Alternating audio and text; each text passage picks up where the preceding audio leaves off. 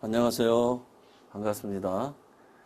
오늘은 컨트랙 텀에 대해서 살펴보도록 하겠습니다.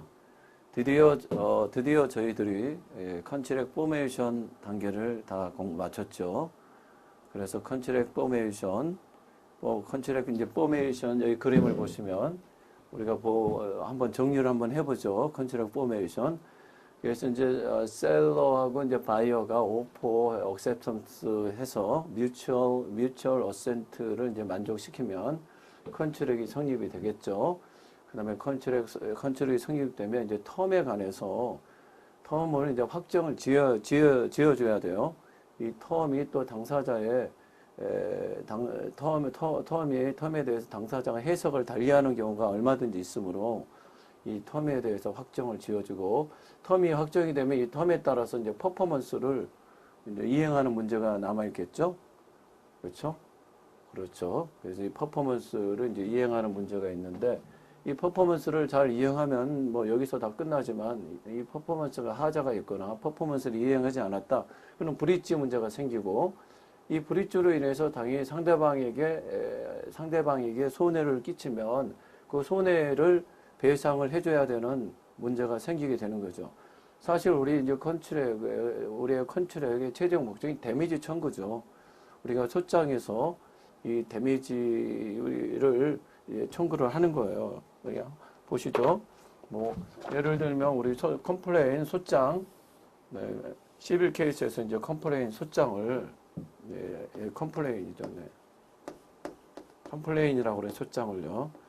이렇게 하면은 여기 뭐 이제 콜투에 이제 이름이 나오겠죠. 뭐 US District Court of 뭐 Southern California State 뭐 이런 식으로 뭐 하겠죠. 여기 이제 플레인티프 원고가 나오고 여기 디펜던트가 나오죠. 변호사 이름 바로 밑에 여기 다 따로 나오죠. 그 다음에 여기에 클레임 부분이 있어요. 클레임 부분. 네가 청구 이유가 뭐냐 도대체. 그 다음에 여기 프레이어 간청한다라는 거죠. 프레이어 for relief. 릴리프를 위해서 간청한다. 바로 여기에서 데미지 청구를 하는 거예요. 바로 이 부분에서. 이 부분에서 바로 요 부분에서 이제 데미지를 얼마 받았다 그러면 피고는 디펜던트는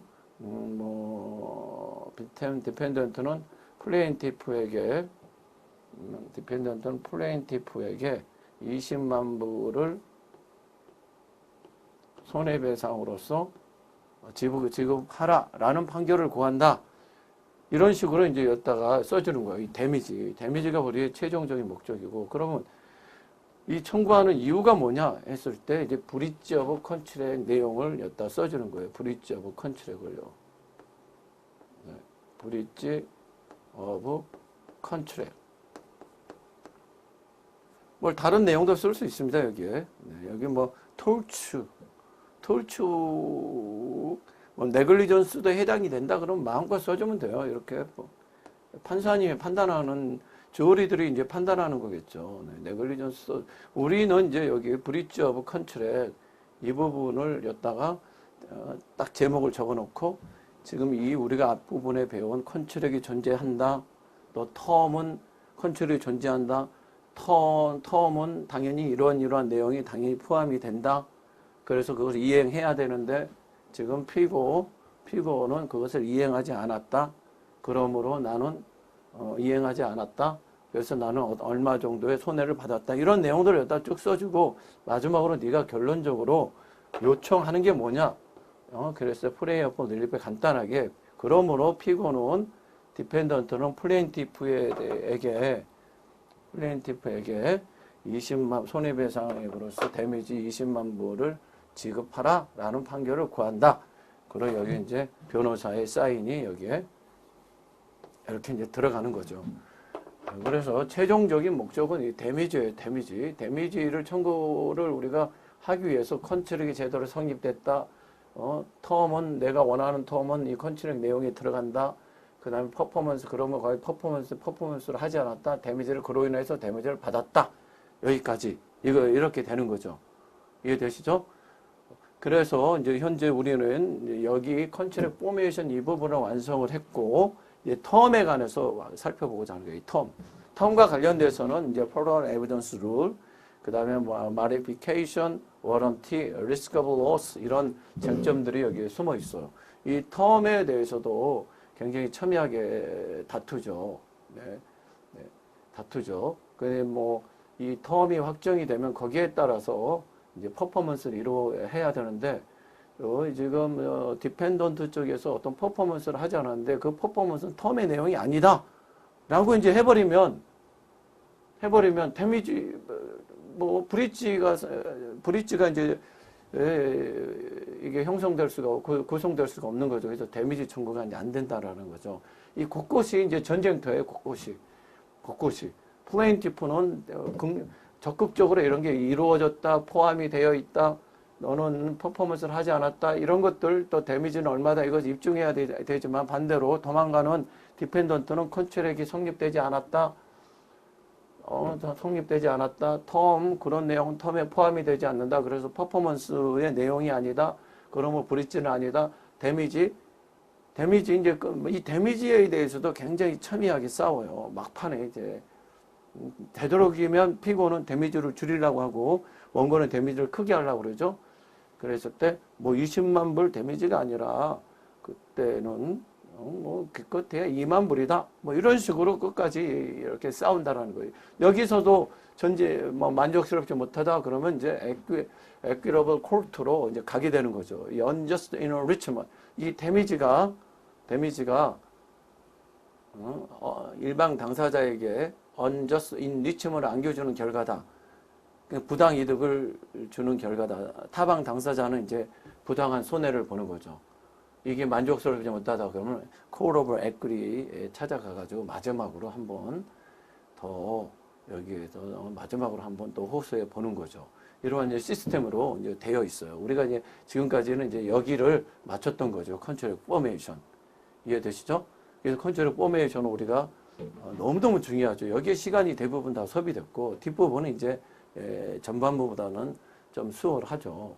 그래서 여기 한번 우리가 잠시 훑어보면 이 오포 셀러하고 바이오인데 오포를 날리고 그다음에 이제 억셉턴스에 의해서 이것이 이제 뮤추얼 어센트를 만족하게 되면 그 다음에 컨시더레이션을 살펴봐야 되고 이제 노 디펜시스가 이제 없어야 돼. 그것도 디펜시스가 없어야 되는 거죠. 그래서 contract is formed where there are mutual assent 가로 열고 offer and acceptance 점 찍고 good consideration and no valid defenses 이렇게 이제 완성이 돼야 이제 컨트랙 포메이션이 이루어지는데요. 그러면 이제 이 오포가 될 수 있는 자격을 뭐라고 했습니까? 오포가 될 수 있는 것은 이 프라미스하고 퍼포먼스만 오포의 자격이 된다고 했습니다. 당연히 억셉턴스도 마찬가지예요. 이 억셉턴스 이 부분도 억셉턴스 이 부분도 억셉턴스 저 부분도 프라미스하고 퍼포먼스 이 두 가지가 돼야 되는 거죠. 프라미스하고 퍼포먼스 이 부분. 네. 그러니까 이제 오퍼하고 억셉턴스가 될 수 있는 자격이 있는 것들은 프라미스하고 퍼포먼스 두 가지만 이제 될 수가 있고 또 이 프라미스는 오퍼가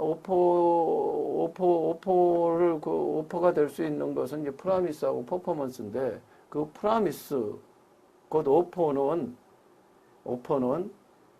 대가로 주어지는 어떤 것이어야 된다라는 거죠. 상대방의 프라미스나 퍼포먼스에 대한 대가로 주어지는 legal detriment 대가로 주어지는 어떤 것이어야 된다라는 거예요. 이 프라미스나 퍼포먼스, 오퍼를 구성하는 프라미스나 퍼포먼스는 단순한 프라미스 퍼포먼스, 내가 생일 선물로 내 아들에게 자동차를 생일 선물로 주겠다.